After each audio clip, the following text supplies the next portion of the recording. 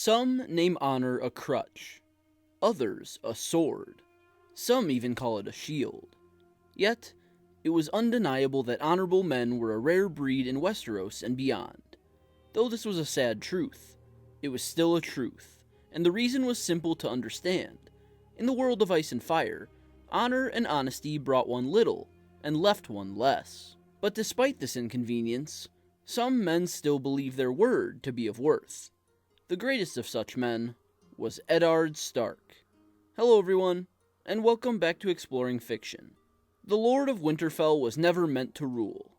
In every capacity, Ned believed himself inferior to his elder brother, or to his friends in arms. He was not timid or bashful, but he understood his place. And more than that, he adhered to his principles. But fate placed greater responsibilities in his lap by the day, and he rose from second son to general of a rebellion, to warden of the north, to hand of the king throughout his lifetime. Eddard had chances to rise even farther, to become even more renowned throughout the Seven Kingdoms, but doing so would have required great sacrifice. Not of time, effort, or coin, but of morality. Ned would have had to kill the good man inside him, and that he could not do. Instead, he was content with what was given him and did what was asked of him, serving as loyally as he could. He raised his children as a good husband, kept secrets as a good brother, and gave counsel as a good friend. But good men were not the winners of the Game of Thrones. Eddard lost his life remaining true in his convictions, learning the price of an existence rooted in virtue. So, who exactly is Eddard Stark, and why is he such an interesting character? Let's explore. Eddard Stark was born in the year 263 AC at Winterfell, to Lord Rickard Stark and his wife Lady Liara. He was the second child of the pair, and the second son. His elder brother was Brandon, heir to the north, while he also had two younger siblings, Lyanna, his sister, and Benjen, his younger brother. As early as 8 years old, Eddard was urged away from his hardy home, fostering with Lord Jon Arryn at the Eyrie. While under the older man's tutelage, he met Robert Baratheon, heir to the Stormlands and fellow ward in the east, and the two became best friends nearly from the start. What's more, Lord Arryn became as close as a father to both boys. However, when Eddard reached manhood at 18, he divided his days between Winterfell and the Eyrie, spending ample time with both his true family and his fostered one. During these years, Robert fathered a bastard in the Vale he named Maya Stone, and it was this child's existence that caused Ned's sister Lyanna to reject the notion of marriage between herself and the heir to the Stormlands. Surely, it was a turn of events Lord Baratheon would rue for the rest of his days. Eddard, unfortunately, was forced to be the bearer of this ill news. This was only made worse in 281 AC. Eddard attended a tourney at Harrenhal that was to be an ill-remembered day for all present, including himself. Amongst both his natural and foster families, he took part in the festivities, even dancing with the shimmering beauty Ashara Dane, though of course only with assistance from his brother. But the next day, at the conclusion of the jousts, Prince Rhaegar Targaryen emerged victorious, and in a shocking turn, named Eddard's sister Lyanna, the subject of Robert's desire, the Queen of Love and Beauty over his own wife, Princess Elia. A chill settled over the audience, and the hearts of Robert Baratheon and Eddard Stark grew greatly troubled. Following the tourney at Harrenhal, Lyanna was abducted by Prince Rhaegar a year later, prompting her elder brother Brandon to ride to King's Landing in a rage.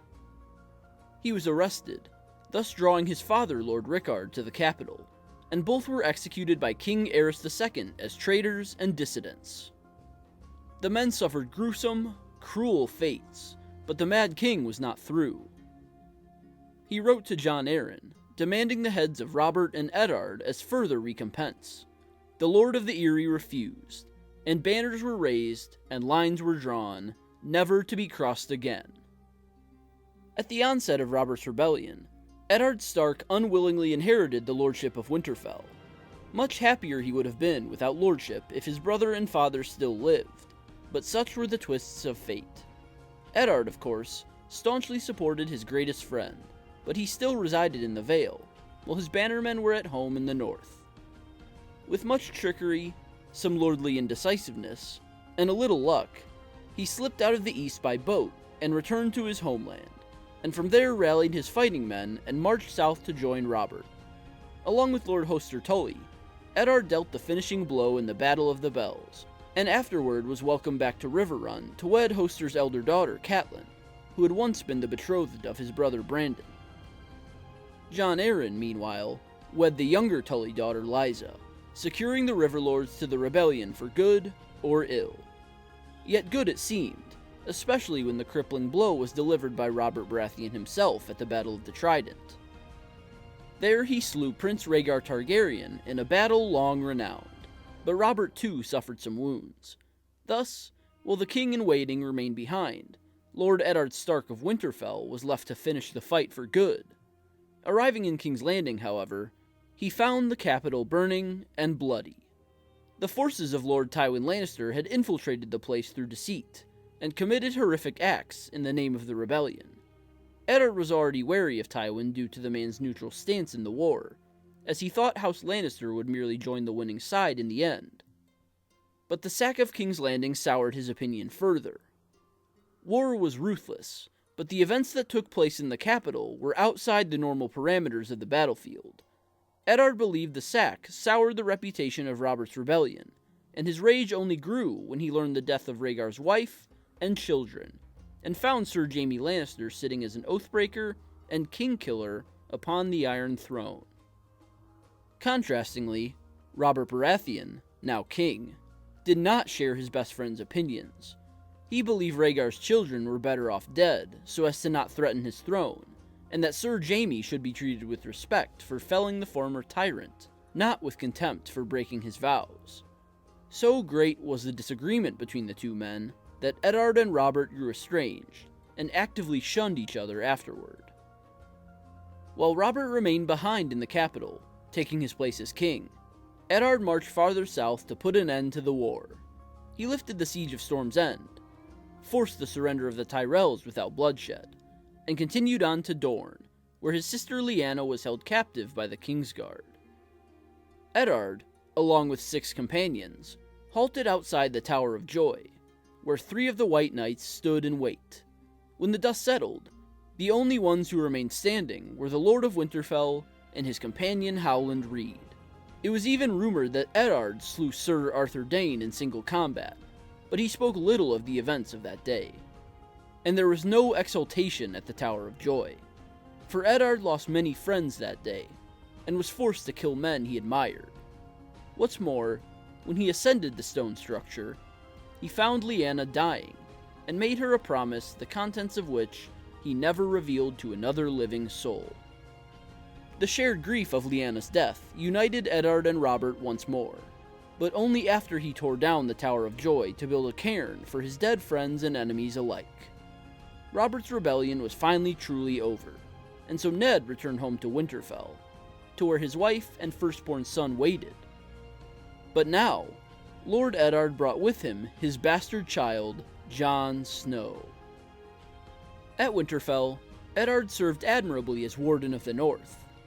Though Catelyn had already borne him his first child, Robb, during the twilight of Robert's rebellion, the pair had 4 more children together: Sansa, Arya, Bran, and Rickon.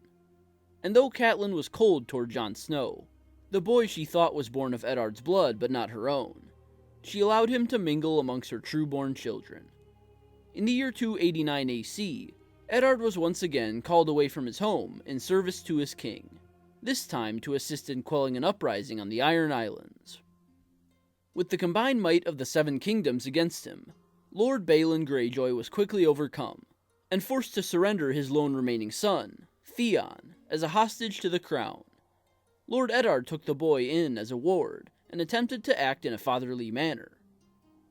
Still, Theon felt no warmth from the Lord of the North.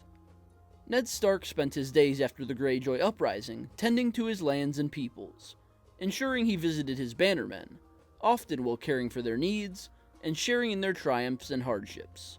While he was never meant to stand as a leader of the hardy North, He filled his role admirably, as most of his subjects would attest. By the time of the story, Eddard Stark appeared every inch a brooding Northman. He had a long, stoic face, framed by long brown hair, and a close-cropped beard of the same hue. His eyes were dark gray and greatly reflective of his demeanor, and he was shorter and homelier than his older brother had ever been. But he was deeply protective and loyal to those he loved. To his family, he was stern and just. To his enemies, cold and dangerous. On the road and into battle, he wore the furs and gray-white garb common of his house, and wielded a sword as well as any fighting man. But for ceremonial purposes, he possessed the giant Valyrian steel greatsword Ice, which he made sure to swing himself. Soon, however, Eddard received an even greater call that drew him away from his home, toward which he was even less receptive than any of his previous duties. Lord Eddard Stark appears in A Song of Ice and Fire in the initial novel, A Game of Thrones, as the story's most integral character. After the flight past the wall and into the north by Night's Watch deserter Garrod, Eddard executes the man for breaking his vows, swinging the greatsword Ice himself. His sons accompany him, and when they find a litter of direwolf pups clinging to their mother on the journey home, he allows his children to keep them. Coincidentally, or maybe not at all, one pup there is for each child, bastard or otherwise, of the Warden of the North. On the very same day, words arrive by Raven at Winterfell, for Lord Jon Arryn, Ned's foster father and Hand of the King, has perished in the capital. Eddard grieves for his friend, and is soon joined by King Robert Baratheon himself, along with the man's excessive traveling court. A feast is held, and Robert both asks and commands Eddard to take up Jon's place by his side as King's Hand. Left with little choice, Eddard accepts, also agreeing to pledge Sansa's hand in marriage to Robert's son Prince Joffrey.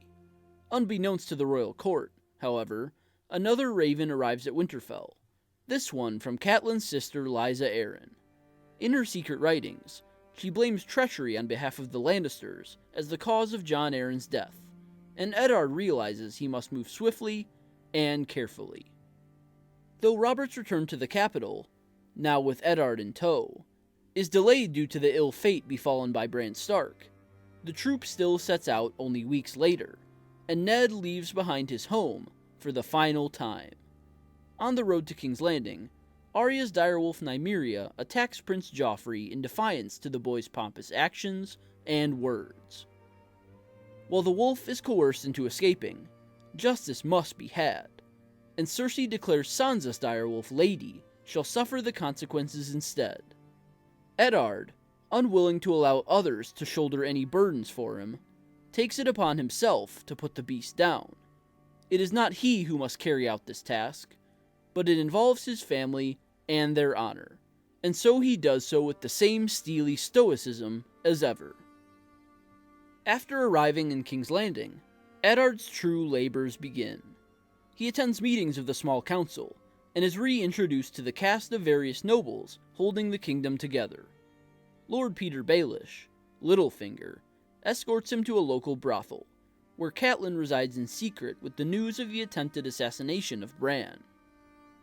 With her knowledge, combined with that of Littlefinger's, they deduce that the assassin was hired by Tyrion Lannister, news troubling and yet predictable.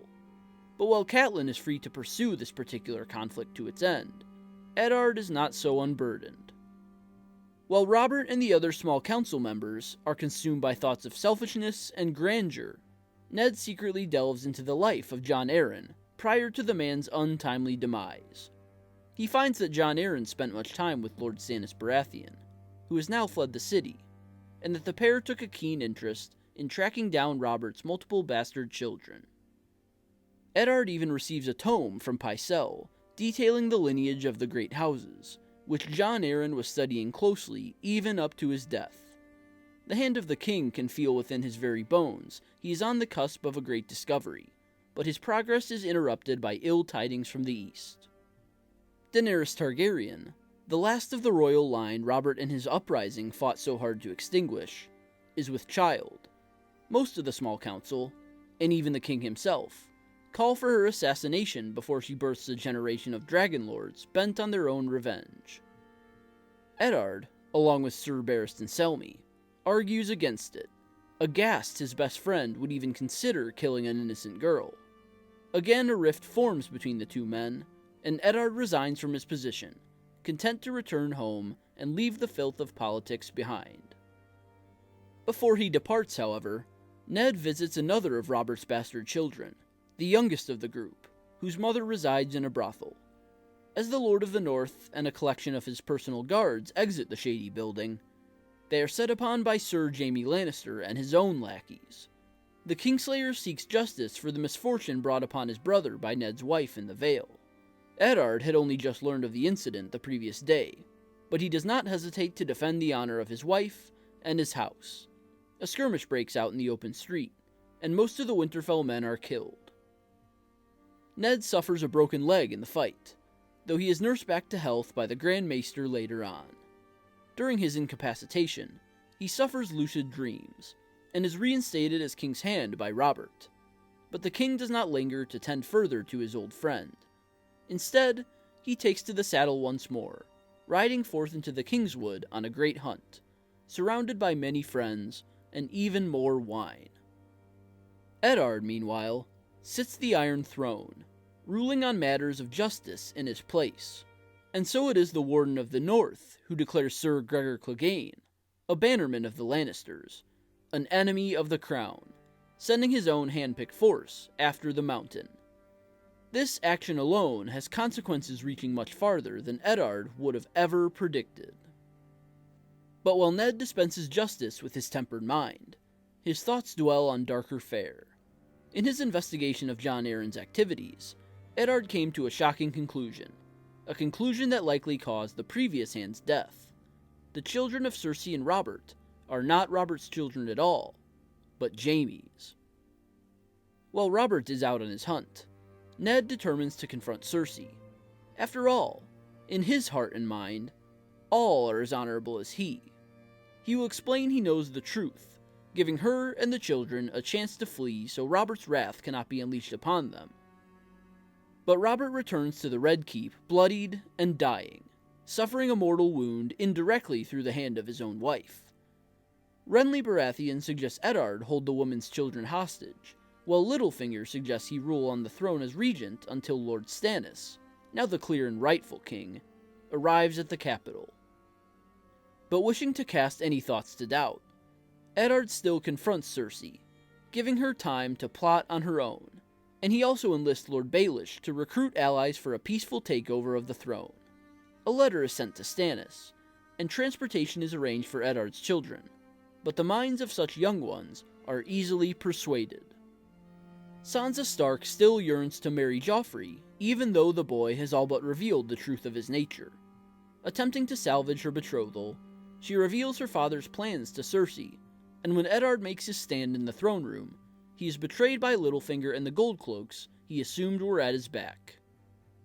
The City Watch dispatches the remaining Winterfell men, and escort Eddard to the Black Cells. Sansa is a captive in all but name, while Arya makes her unlikely escape into the streets of the city. In the depths of darkness, Lord Stark has few visitors, and fewer friends, but a light is cast at the end of his tunnel of torment. Lord Varys, of course in disguise, visits the man, and explains that if Ned confesses to treason, he will be allowed to live out the rest of his days as a member of the Night's Watch. This is an insult to Eddard and to the truth, which he has uncovered with overwhelming evidence, and so he refuses. However, Varys reminds him of his daughter Sansa, who remains in Lannister hands. For her, and only for her, Eddard finally agrees to undertake his false confession. He is dragged to the steps of the Great Sept of Baelor, with much of the city's population in attendance, and once there, Eddard pleads guilty of treason. Going against his entire being, his entire code, he utters false words that will save his life. But he does so not for himself, but only for his family. Eddard would have died burdened with honor rather than betray his word, but even when he falters, it is for selfless reasons. Yet this does not save him. In an act stunning to all but the boy himself, King Joffrey declares Lord Eddard is to be put to death, and the Lord of the North is beheaded with his own ceremonial sword. While his children would go on to impact many across Westeros, and his demise would sow seeds of discontent and war across the realm, Lord Eddard Stark sees the end of his days, standing up for the truth and for honor when no one else would. He dies alone in life and in principle, taking his values with him to the grave. Eddard Stark possesses traits many in King's Landing consider unnatural. His honor binds him to tell the truth and act in accordance with his word.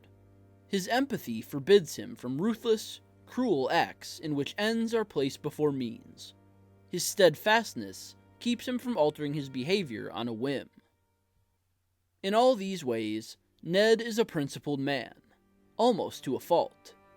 Though Cersei Lannister cares too for her family, she is also overly ambitious, conniving, and arrogant. Eddard is thus distinguished from her and others because he holds no illusions of grandeur like most lords and ladies of Westeros. He was a middle child of House Stark, destined for a good wife and a little glory, but through foul circumstances, he found himself thrust higher and higher with every passing year. With the death of his father and brother, he became Lord of Winterfell, and was one of the primary aggressors in Robert's rebellion. While Robert eventually ascended to the throne, it was Eddard who fought the lowliest battles, and secured much of the realm for his friend.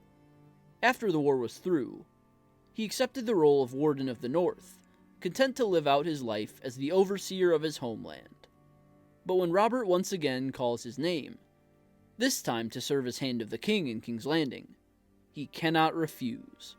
With Jon Arryn gone, Ned is the only true friend Robert has left, and so he returns to the capital an older, wiser, and more stoic man. Just as with the rest of his life, he rises when his name is called, though he assuredly would much rather live simpler and quieter.